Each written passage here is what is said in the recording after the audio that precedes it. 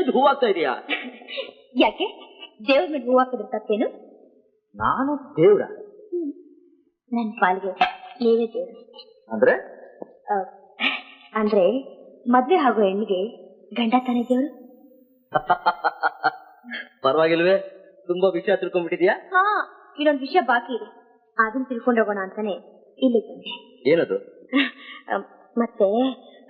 ಮತ್ತೆ ಅಮ್ಮ ಹೇಳ್ತು, ರಾಜಿ ನೀನ್ ಯಾವಾಗ ಮದ್ವೆ ಮಾಡ್ಕೊತೇನೆ ಅಂತ ತಿಳ್ಕೊಂಡ್ ಬಂದ್ರು.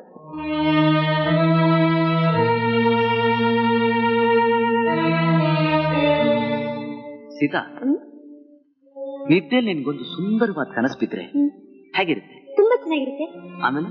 ಆಮೇಲೆ ಅದನ್ನ ನೆನ್ಸ್ಕೊಂಡು ಸಂತೋಷ ಪಡ್ತೀನಿ. ಆಮೇಲೆ ಮರ್ತೋಗ್ತೀನಿ. ಸೀತಾ, ಹಾಗೆ ನಮ್ಮಿಬ್ಬರು ಪ್ರೀತಿನ ಒಂದು ಸುಂದರವಾದ ಕನಸು ಅಂದ್ಕೊಂಡು ಮರ್ತು ಬಿಡು.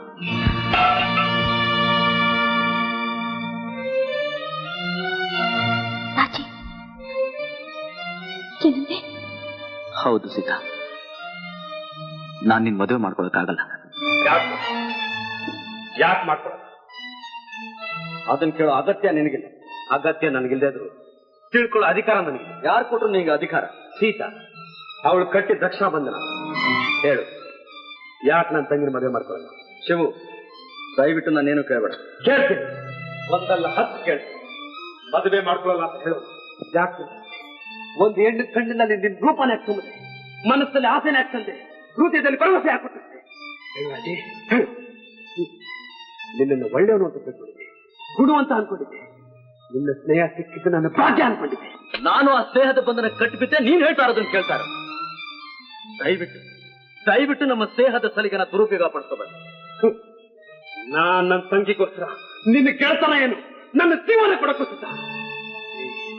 ಹೇಳು, ನನ್ನ ಸೀತು ನೀನ್ ಯಾಕೆ ಮದುವೆ ಮಾಡ್ತಿಲ್ಲ? ನಾನು ಹೇಳೋದಿಲ್ಲ, ಹೇಳಕ್ಕಾಗೋದು. ಹೇಳ್ದೆ ಏನೋ ಮಾಡ್ತೀಯಾ? ಆಚಿ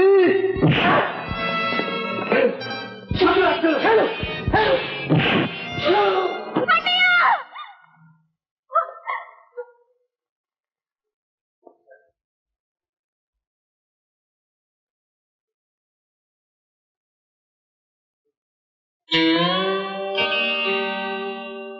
ಸೀತಾ, ದುಡುಕ್ ತಪ್ಪು ಮಾಡ್ಬಿಟ್ಟೆ. ನನ್ನ ಒಡ ಹುಟ್ಟು ತಂಗಿ ಬಾಳು ಬಿರುಗಾಳಿ ಪಾಲಾದಾಗ್ಲಂತೂ ನನ್ನ ಕೆಲ ಕಾಪಾಡ್ಕೊಳಕ.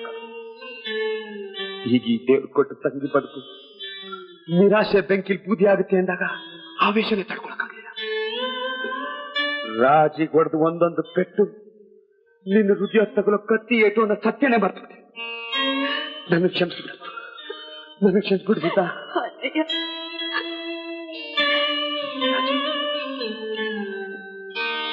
ಬೆದರ್ ಸಂಪಾದನೆ ಮಾಡಿದ ಗೌರವನು, ಹೆದರ್ ಸಂಪಾದನೆ ಮಾಡಿದ ಸಂಬಂಧನು ನೀರಿನ ಮೇಲೆ ಗುಳ್ಳೆ ಹಾಗೆ ಅನ್ನೋದನ್ನ ಮರೆತು ಪಶುವಾಗಿ ನಡ್ಕೊಂಡು ಅದನ್ನೆಲ್ಲ ಮಾಡ್ಬಿಡು.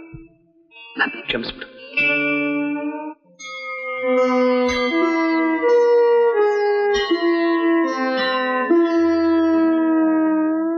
ರಾಜು, ಈತ ಏನ್ ತಪ್ಪು ಮಾಡಿದಾಳೆ ಅಂತ ನೀನು ಅವಳಿಗೆ ಶಿಕ್ಷೆ ಕೊಡ್ತಾ ಇದೀಯಪ್ಪ. ಆಧಾರವಾಗಿರ್ಬೇಕಾದ ಮರನೇ ದೂರ ತಳ್ಳಿದ್ರೆ ಬಳ್ಳಿ ಗತಿ ಏನು? ನೋಡು ರಾಜು, ಅಪ್ಪಕ್ಕದಲ್ಲಿರೋ ಎಲ್ಲ ನಿಮ್ ಸ್ನೇಹ ಏನು ಅಂತ ಅರ್ಥ ಮಾಡ್ಕೊಂಡಿದ್ದಾರೆ. ಈಗ ನೀನೇ ಈ ಸಂಬಂಧ ಬೇಡ ಅಂತ ದೂರ ತಳ್ಳಿದ್ರೆ ಅವಳ ಗತಿ ಏನು? ಇಂಥ ದ್ರೋಹ ಮಾಡೋದಕ್ಕಿಂತ ನಿನ್ ಕೈಯಿಂದಲೇ ಅವಳಿಗೊಂದಿಷ್ಟು ವಿಷ ಕೊಟ್ಬಿಡಪ್ಪ. ಅಂತ ರಾಜು, ಕೇಳು, ಯಾಕೆ ನಿನ್ ಮದುವೆ ಬೇಡ ಅಂತ ಹೇಳ್ತಾ ಇದ್ದೀನಿ?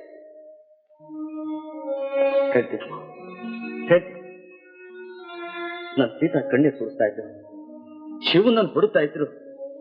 ಹೇಳಲೇಬಾರದು ನನ್ನ ನಿರ್ಧಾರನ ತಾಯಿ ಕಣ್ಣಿನ ಸಂತ ನೋಡ್ಲಾರ್ದೆ ಹೇಳ್ತಾ ಇದ್ದೀನಿ. ಇಷ್ಟು ದಿನ ಒಬ್ಬರಿಗೂ ತಿಳಿಸ್ದೆ ನನ್ನ ಹೃದಯದಲ್ಲೇ ಆ ರಹಸ್ಯ ಬಚ್ಚಿಟ್ಕೊಂಡು ನೆಮ್ಮದಿ ಇಲ್ದೆ, ಶಾಂತಿ ಇಲ್ದೆ, ಹಗಲು ರಾತ್ರಿ ಸಂಕಟ ಪಡ್ತಾ ಇದ್ದೆ. ಆದ್ರೆ ಇವತ್ತು ನಿಮ್ ನೋವು ನೋಡ್ಲಾರ್ದೆ ಸತ್ಯ ಹೇಳ್ತೇನೆ. ಈ ರಾಜಿ ಹೆಡೆ ತೋಡಿಸಿಕೊಂಡ ಹಾವು, ಕೆಣಕಿದ ಫಣಿ, ಸೇಡ್ಗೋಸ್ಕರ ಸುತ್ತಾಡ್ತಾರೋ ಸರ್ಪ. ರಾಜು, ನಮ್ ತಂದೆ ಅನ್ಕೊಂಡು ನನ್ ತಂಗಿ ನನ್ನಿಂದ ದೂರ ಮಾಡಿ ನಮ್ ವಂಶಾನ ಸರ್ವನಾಶ ಮಾಡಿದ ಆ ನಾಗರಾಜನ ಅಣುವಳುವ ಕತ್ತರಿಸಿ ಚಿತ್ರಹಿಂಸೆ ಮಾಡ್ಬೇಕು. ಅದಕ್ಕೋಸ್ಕರ ಬದುಕಿರೋದು. ಉರಿತಾ ಇದ್ದ ನಮ್ಮ ತಂದೆ ಬೆಂಕಿ ಮುಂದೆ ನಾನು ಮಾಡಿದ ಪ್ರತಿಜ್ಞೆ ಅಮ್ಮ, ಇದು ಪ್ರತಿಜ್ಞೆ. ರಾಜು, ಏನ್ ಹೇಳ್ತಿದೀಯಪ್ಪ? ನಾನ್ ಮಾಡ್ಬೇಕಾಗಿರೋ ಕರ್ತವ್ಯ ಏನು ಅಂತ ಹೇಳಿದೆ. ಇವತ್ತಲ್ಲ ನಾಳೆ ಸೇಡ್ಗೊತ್ತ ಕೊಲೆಗಾರನಾಗೋ ನಾನು. ಕಾನೂನಿನ ವಜ್ರಮುಷ್ಟಿನ ಸಿಕ್ಕ ಸಾಯೋ ನನ್ನಂತ ಒಬ್ಬ ನತದೃಷ್ಟನ ಕೈ ಹಿಡಿದೋಳ್ಗೆ ಸುಖ ಸಿಗುತ್ತಾ, ನೆಮ್ಮದಿ ಸಿಗುತ್ತಾ? ರಾಜು, 10 ಕಲ್ಪನೆಗಳನ್ನು ಮಾಡ್ಕೋತಿರೋ ಆ ಮುಗ್ಧ ಹುಡುಗಿ ಮನಸ್ಸನ್ನ ನಾನು ಹೇಗ್ ಮಣ್ಣಲ್ಲಿ ಹಾಕ್ತೊಡಲಿ? 100 ಆಸೆಗಳು ಹೊತ್ತಿರೋ ಆ ಹೆಣ್ಣು ಹುಡುಗಿ ಹೃದಯನ ನಿರಾಸೆ ಬೇಕಿ ಹೇಗ್ ಬಲಿ ಕೊಡ್ಲಿ? 1000 ಕನಸುಗಳು ಕಾಣ್ತಾರೋ ಆ ಕಣ್ಣುಗಳನ್ನ ಹೇಗ್ ನಾನು ಕಣ್ಣೀರು ಆಹುತಿಗೆ ಬಲಿ ಕೊಡ್ಲಿ? ಸಾಧ್ಯ ಅಲ್ಲಮ್ಮ, ಸಾಧ್ಯ ಇಲ್ಲ. ಅನಿಯ, ಏನ್ ಸೀತಾ? ರಾಜಿ ಮದ್ವೆ ಬೇಡ ಅಂದದಕ್ಕೆ ಕಾರಣ ಹೇಳ್ದ ಅಣ್ಣಯ್ಯ. ಏನಂತೆ? ಅವನೊಬ್ಬ ಮನುಷ್ಯನ ಕೊಲ್ತೀನಿ ಅಂತ ತೀರ್ಮಾನ ಮಾಡಿಯಾನಂತೆ. ರಾಜಿ ಒಬ್ಬ ಮನುಷ್ಯನ ಕೊಲೆ ಮಾಡ್ತೀನಿ ಅಂತ ಪ್ರತಿಜ್ಞೆ ಮಾಡಿದನ? ಯಾಕೆ? ಆ ಮನುಷ್ಯ ಅವನ ತಂದೆನೂ ಕೊಂದು ಅವನ ತಂಗಿನೂ ಹೊತ್ಕೊಂಡು ಹೋದಂತೆ. ಅದಕ್ಕೆ ಅಣ್ಣಯ್ಯ. ಅವನ ಹೆಸರೇನಂತ ಹೇಳಿದ್ನ? ನಾಗರಾಜ.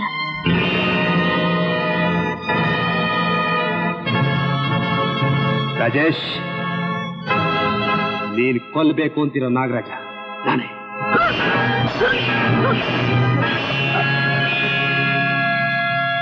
ಅಣ್ಣಯ್ಯ, ನಿನ್ ಸುಖಕ್ಕೋಸ್ಕರ ಸಂತೋಷವಾಗಿ ನಾನು ಪ್ರಾಣನಾದ್ರೂ ಕೊಡ್ತೇನೆ. ಯೋಚನೆ ಮಾಡ್ಬೇಡ ಸೀತಾ, ನನ್ನ ಪ್ರಾಣನಾದ್ರೂ ಒತ್ತೆ ಇತ್ತು ನೀನು ಮದುವೆ ಮಾಡ್ತೀನಿ. ನಿನ್ನ ಆಸೆನ ಖಂಡಿತ ನೆರವೇರಿಸ್ತೀನಿ. ಬಾವ. ರಾಜೇ, ಸೀತಾ ನಂಗೆಲ್ಲ ಹೇಳಿದ್ಲು. ನಿನ್ನ ಕುಟುಂಬ ನಾಶ ಮಾಡಿ ನೀಚನ್ ತಾನೆ ಸಾಯಿಸ್ಬೇಕು ಅನ್ನೋದು ತಾನೆ ನಿನ್ನ ಹಠ? ಹೌದು ಶಿವ. ಆ ಪಾಪಿನ, ಆ ಚಂಡಾಲನ್ನ ಅಣೋಡುವ ಕತ್ತರಿಸಿ ತುಂಡು ಮಾಡಿ ನಾಯಿನರಿಗೆ ಹಾಕಿದ್ಮೇಲೆ ತೃಪ್ತಿ. ಅಷ್ಟೇ ತಾನೆ?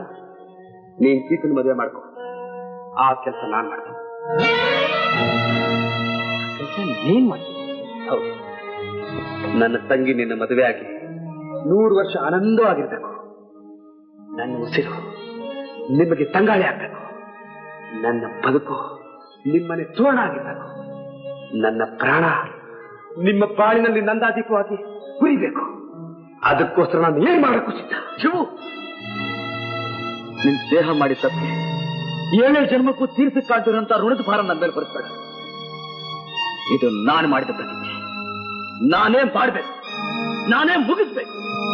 ಅರ್ಥವಾಯ್ತಪ್ಪ, ಅರ್ಥವಾಯ್ತು. ಈ ಮದುವೆ ಬೇಡ ಅನ್ನೋದಕ್ಕೆ ನೀನ್ ಹೇಳ್ತಿರೋ ಕಾರಣ ಎಲ್ಲ ಸುಳ್ಳು ಅಂತ ನನಗೆ ಚೆನ್ನಾಗಿ ಅರ್ಥವಾಯ್ತು. ಅವಳ ಹಣೆ ಬರಹ ಅನುಭವಿಸಿ ಸರಿಯಮ್ಮ, ಹೋಗೋಣ. ಅಮ್ಮ, ನೀ ಸುಮ್ಮನೆ ನನ್ನ ಅಪಾರ್ಥ ಮಾಡ್ಕೊಂಡಿದ್ದೆ ನೋಡಿ. ಸೀತಾ ನನಗೆ ಪಂಚಪ್ರಾಣ. ನೀವು ನಂಬಾದ್ರೂ ನಂಬಿ ಬಿಟ್ಟಾರು ಬಿಡಿ. ನನ್ನ ಮನೆ ದೇವರು ನಂಜುಂಡೇಶ್ವರನ ಮೇಲೆ ಆಣೆ ಇಟ್ಟು ಹೇಳ್ತಾ ಇದ್ದಾರೆ. ನಾನು ಮಾಡಿರೋ ಪ್ರತಿಜ್ಞೆ ನಿಜ, ಅದನ್ನು ಪೂರೈಸೋದು ನಿಜ. ರಾಜಿ, ನಿಜವಾಗ್ಲೂ ಸೀತಾ ನಿನ್ ಪಂಚಪ್ರಾಣ ಆಗಿದ್ರೆ ನಾ ಹೇಳೋದನ್ನ ಒಪ್ಕೊ. ಆ ನಿನ್ ಶತ್ರು ಎಲ್ಲಿದ್ದು ಸರಿ, ಹುಡ್ಕೊಂಡ್ಬಂದು ನಿನ್ ಕಾಲ್ ಮೇಲೆ ಕೆಡುತ್ತೀನಿ. ನಿನ್ನ ಸೇಡಿನ ಉರಿಲಿ ಸುತ್ತಿ ಭಸ್ಮ ಮಾಡ್ಬಿಡು. ಈ ವಿಷಯ ಯಾರಿಗೂ ತಿಳಿದಿರೋ ಹಾಗೆ, ಕಾನೂನಿನ ಕೈಗೆ ಸಿಕ್ಕಿರೋ ಹಾಗೆ, ನಿನಗೆ ಯಾವ ರೀತಿ ತೊಂದರೆನೂ ಬರ್ದಿರೋ ಹಾಗೆ ನೋಡ್ಕೊಳ್ಳೋ ಬರ ನನಗೆ. ಆದ್ರೆ ನೀನು ನನ್ನ ತಂಗಿನ ಮಾತ್ರ ಕೈ ಬಿಡ್ಬೇಡ. ನನ್ನ ತಂಗಿನ ಮಾತ್ರ ಕೈ ಬಿಡ್ಬೇಡ. ಒಪ್ಕೋ ಶಿವು. ಇದೆಯಾ? ಒಪ್ಕೊ ರಾಜು, ಒಪ್ಕೊ ರಾಜು. ಸರಿಯಪ್ಪ. ಇಡಿಯಟ್, ದೊಡ್ಡದಾಗ ಹೇಳಕ್ ಬಂದ್ಬಿಟ್ಟ ಭಾರಿ ಸುದ್ದಿ ಅಂತ. ಹೋಗಿ ಹೋಗಿ ನನ್ನ ಸೀತಾ ಆ ರಾಜೇಶನ್ ಮದುವೆ ಆಗೋದಾ? ಇಲ್ಲ, ಸಾಧ್ಯವಿಲ್ಲ. ಖಂಡಿತ ಈ ಮದುವೆ ನಡಿಕೂಡ್ದು. ನಡಿಕೂಡ್ದು ಅಂತ ನೀವ್ ಹೇಳ್ತೀರಿ, ಆ ಶಿವ ಹಠ ಹಿಡ್ಕೋತಿದ್ದಾನೆ ನಡಿಲೇಬೇಕು ಅಂತ. ಯಾರು? ಶಿವನ? ಹೋದ ಕೆಲಸ ಆಯ್ತು ತಾನೆ? ನಾ ಹೋದ ಮ್ಯಾಗ ಆಗದೆ ಇರುತ್ತಾ ತ್ವರಿ. ಆ ನೂರ್ಜಹಾನ್ ಮನೆ ಕೋಲಿನೆಲ್ಲ ತಲಾಸ್ ಮಾಡ್ಬಿಟ್ಟು ಬಂದ್ಬಿಟ್ಟೆ. ದಣಿ, ಆ ಹುಡುಗಿ ಬೇರೆ ಯಾರು ಅಲ್ಲ, ಆ ಚಾನಾ ಬಜಾನ ನೂರ್ ಜಾನ್ ಮನೇಲಿ ಗಲ್ ಗಲ್ ಅಂತ ಗೆಜ್ಜೆ ಶಬ್ದ ಮಾಡಿ ಚಿಲ್ ಚಿಲ್ ಅಂತ ನಿಮ್ಗೆ ಹುಡುಗಿ ಗೆದ್ದಲ್ಲ, ಅವಳೇ ಅರಗಿಣಿ. ಶಾಂತಿ ರಾಜೇಶ್ ತಂಗಿನ ತಂದೆ. ದಣಿ, ನಾವೀಗೊಂದು ಒಳ್ಳೆ ನಾಟಕ ಆಡ್ಬೇಕು. ಶಶಿರೇಖಾಪರಣೇನೋ ರುಕ್ಮಿಣಿ ಹರಣನೋ ಅವೆರಡನ್ನು ಮೀರಿಸಿದ್ದು ಕಣು. ನೋಡು, ಈ ಮದುವೆ ಖರ್ಚೆಲ್ಲ ನಮ್ದು, ಅದಕ್ಕೋಸ್ಕರ ಭಾರಿ ಮನರಂಜನೆ ಏರ್ಪಡಿಸಿದೀವಿ ಅಂತ ಅವ್ರಿಗೆ ಹೇಳು. ಈಗ ಹುಡುಗಿ ಏನಿದ್ದಾಳೆ ಕೆಳಗಡೆ ರೂಮ್ ನಲ್ಲಿದ್ದಾಳೆ.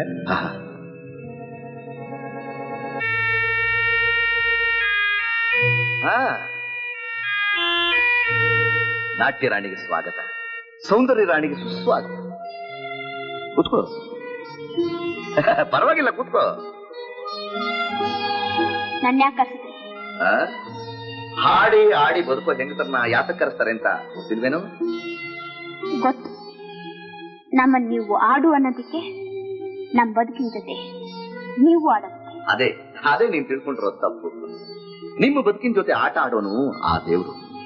ನಿಮ್ಮನ್ನ ಹುಟ್ಟಿದ ಊರಿಂದ ದೂರ ಮಾಡಿ, ಕಟ್ಟಿದ ಕನಸನ್ನ ಚೂರು ಚೂರು ಮಾಡಿ, ಕಟ್ಟ ಕಡೆವರೆಗೂ ನಿಟ್ಟುಸಿರು ಬಿಡೋ ಹಾಗೆ ಮಾಡೋನು ಆ ದೇವ್ರು. ಆ ದೇವ್ರು ಕೂಡ ಗಂಡಸೇ ತಾನೆ? ಇಷ್ಟಕ್ಕೂ ನನ್ ಕರ್ಸಿದ ಕಾರಣ? ಆಡಬೇಕು, ಹಾಡಬೇಕು. ಯಾವಾಗ, ಎಲ್ಲಿ? ನಾಳೆ ದಿನ ನಡೆಯೋ ಮದುವೆ. ಕ್ಷಮಿಸಿ, ಇಷ್ಟು ದಿನ ಮನ್ಸನ್ ಕೊಂಡ್ಕೊಳ್ತಾ 4 ಗೋಡೆಗಳ ಮಧ್ಯೆ ಕುಣಿತಾ ಇದ್ದೆ. ನಾನು ಎಷ್ಟು ಚಿತ್ರಹಿಂಸೆ ಮಾಡಿದ್ರು ಆ ಮನಸ್ಸು ಇನ್ನೂ ಪೂರ್ತಿ ಸತ್ತಿಲ್ಲ. ಅದ್ ಸತ್ತ ದಿವಸ ನೀವ್ ಹೇಳ್ದಾಗ ನಡು ಬಿದ್ದಿಲ್ ಕುಣಿತೀನಿ. ಶಾಂತಿ, ನೀನ್ ಇಲ್ಲಿಂದ ಆರಾಮಾಗಿ ಹೋಗ್ಬೋದು. ಆದ್ರೆ ಆ ನೂರ್ ಜಹಾನ್ ಕೋಟೆಯಿಂದ ತಪ್ಪಿಸ್ಕೊಂಡು ಹೋಗೋದು ಸಾಧ್ಯವೇ ಇಲ್ಲ. ನಿನ್ನನ್ನು ನರಕಕ್ಕೆ ತಳೆದ ಆ ಕಟಕನ ಮೇಲೆ ಸೇಡ್ ತೀರ್ಸ್ಕೋಬೇಕು ಅನ್ನೋ ಕಾತರ ಇಲ್ವಾ? ನಿಮ್ಮ ತಂದೆ ಪ್ರಾಣ ತೆಗೆದ ಅವನ್ನ ಕತ್ತರಿಸಿ ತುಂಡು ತುಂಡು ಮಾಡ್ಬೇಕು ಅನ್ನೋ ಆತರ ಇಲ್ವಾ? ಇದೆ. ಅವನ್ ನನ್ ಕೈಗೆ ಸಿಕ್ಕರೆ ಸಿಗದ ಹಾಕ್ಬೇಕು ಅನ್ನೋಷ್ಟು ರೋಷ ಇದೆ. ಹೇಳಿ, ಅವನಲ್ಲಿದ್ದಾನೆ? ಇಲ್ಲ, ನಾಳೆ ನಡೆಯೋ ಮದುವೆ ಅವನ್ ತೋರಿಸ್ತೀನಿ. ಹಾಗಾದ್ರೆ ನಾನ್ ಖಂಡಿತವಾಗ್ಲೂ ಆ ಮದ್ವೆಗೆ ಬರ್ತೀನಿ, ಆಡ್ತೀನಿ, ಹಾಡ್ತೀನಿ. ಆ ದ್ರೋಹಿನ ತೋರ್ಸೋದಾದ್ರೆ ನೀವೇನ್ ಮಾಡು ಅಂದ್ರೆ ಮಾಡ್ತೀನಿ.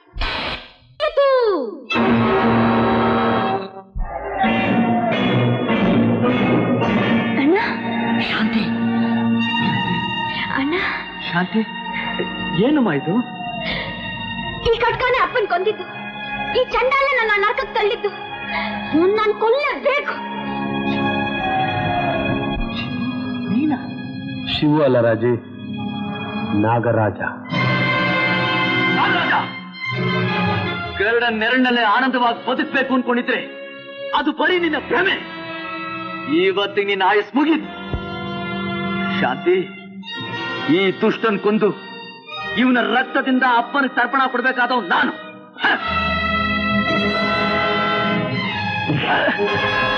ರಾಜಿ, ನನ್ನ ಮಾತು ಕೇಳು.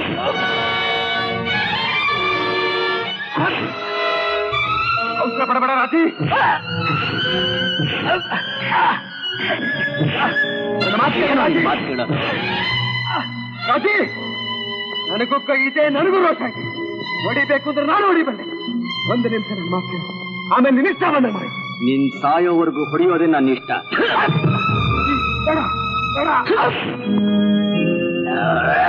ರಾಜಿ, ನಾನು ಆ ಕೆಲಸ ಮಾಡಕ್ ಕಾರಣ ಇದೆ. ನನ್ನ ಸಂಸಾರನೇ ಸರ್ವನಾಶ ಮಾಡಿದ್ ನಿಮ್ ತಂದೆ, ನನ್ನ ತಂಗಿ ಮದುವೆ ನಿಲ್ಸಿದ್ ನಿಮ್ ತಂದೆ, ನಮ್ಮಮ್ಮ ಸಾಯೋದಕ್ಕೆ ನಿಮ್ ತಂದೆನೇ ಕಾರಣ. ಸುಳ್ಳು, ನಿಜ ರಾಜಿ.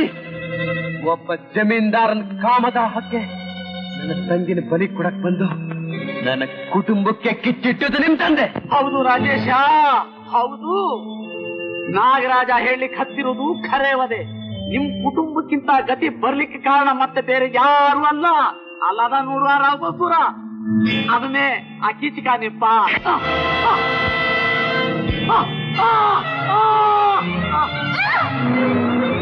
ಸಾಹೇಬ್,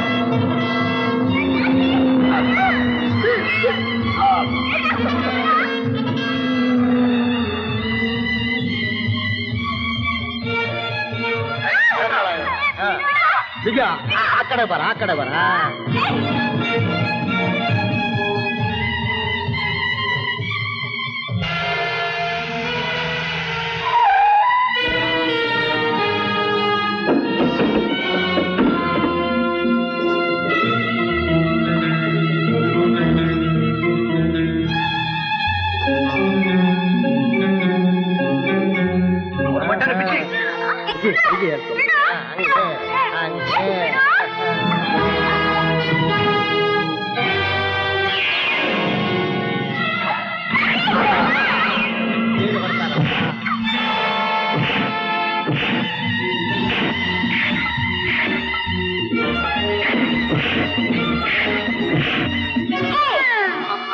ಬಟ್ಟೆನ ಬಿಚ್ಚಿದ್ಯಾ? ಬಿಚ್ಚು ಬಿಚ್ಚು. ಬಟ್ಟೆ ಬಿಚ್ಚು.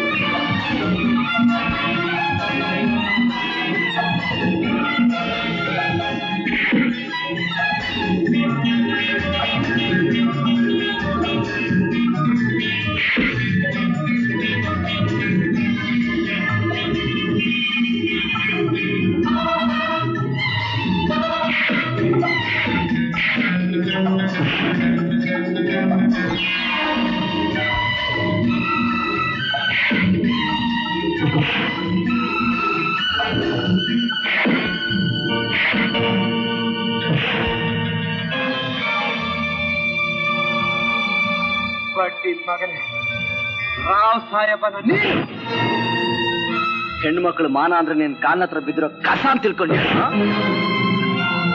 ನನ್ನ ತಂಗಿ ಸಾವ್ಗೆ ನೀನೇ ಕಾರಣ. ನಮ್ಮ ಅಪ್ಪನ ಹತ್ರ ಮಾಡಬಾರದ್ ಕೆಲಸ ಮಾಡಿಸಿ ಅವ್ರ ಇನ್ನೊಬ್ರು ದ್ವೇಷಕ್ಕೆ ಕಾರಣ ಆಗೋದಕ್ಕೆ ನೀನೇ ತಾನೇ ಕಾರಣ. ನಾವಿಬ್ರು ಒಂದಾಗಿದ್ದೀವಿ ಅಂತ ನಮ್ಮಿಬ್ರು ಮಧ್ಯೆ ದ್ವೇಷ ಕಿತ್ತಿತ್ತು.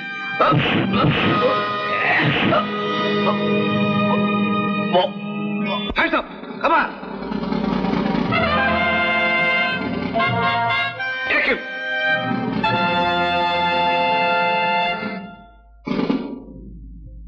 ಅರೆಸ್ಟ್ ಇನ್ಸ್ಪೆಕ್ಟರ್, ಅವನ್ ನೀವು ಅರೆಸ್ಟ್ ಮಾಡಕ್ಕಾಗೋದಿಲ್ಲ. ಅವನು ಅಪರಾಧಿ ಆದ್ರೆ ನಾನು ಅಪರಾಧಿ, ಅವನ್ ತಪ್ಪು ಮಾಡಿದ್ರೆ ನಾನು ತಪ್ಪು ಮಾಡಿದ್ದೀನಿ. ಬೇಡಿ ಹಾಕುವಾಗಿದ್ರೆ ಇಬ್ಬರಿಗೂ ಹಾಕಿ ಇನ್ಸ್ಪೆಕ್ಟರ್. ಮಿಸ್ಟರ್, ನೀವೇನಾದ್ರು ಹೇಳೋದಿದ್ರೆ ಕೋರ್ಟಲ್ಲಿ ಹೇಳಿ. ಹಾ,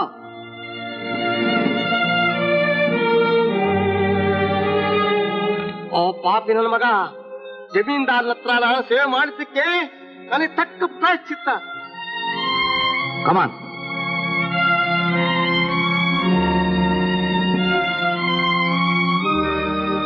ಇನ್ಸ್ಪೆಕ್ಟರ್, ಒಂದು ನಿಮಿಷ. ಓಕೆ.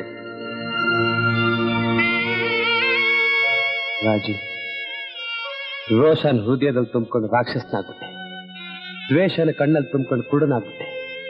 ನನ್ನ ಸಂಸಾರಕ್ಕಾದ ಅನ್ಯಾಯಕ್ಕೆ ಪ್ರತೀಕಾರ ತೀರ್ಸ್ಕೊಳಕ್ ಹೋಗಿ ನಿನ್ನ ಕುಟುಂಬಕ್ಕೆ ಮಾಡಬಾರ ದ್ರೋಹ ಮಾಡ್ಬಿಟ್ಟೆ. ದಯವಿಟ್ಟು ನಂಗೆ ಕ್ಷಮಿಸ್ಬಿಡು. ಶಾಂತಿ, ನನ್ನ ಕ್ಷಮಿಸು ಅಂತ ಕೇಳ್ಕೊಳ್ಳೋಕ್ಕೂ ನನಗೆ ಮುಖ ಇಲ್ಲ. ನಿನ್ನ ನೆಮ್ಮದಿ ನಾಶ ಮಾಡಿ ಸೌಭಾಗ್ಯವತಿಯಾಗಿ ಸಂತೋಷದಿಂದ ಬಾಳ್ಬೇಕಾಗಿದ್ದು ನಿನ್ನ ಜೀವನ ನನ್ನ ಕೈಯಾರ ಹಾಳು ಮಾಡ್ಬಿಟ್ಟೆ. ನಾನು ಮಾಡಿದ ಪಾಪಕ್ಕೆ ಪ್ರಾಯಶ್ಚಿತ್ತ ಇಲ್ಲ.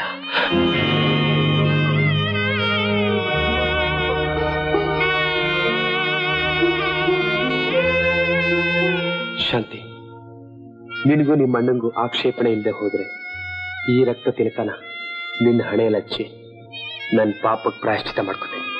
ನನ್ನ ಮನಸ್ಸಲ್ಲಿರೋದೇ ನೀನು ಹೇಳ್ತಾ ಇದೀಯಾ ನಾಗರಾಜು.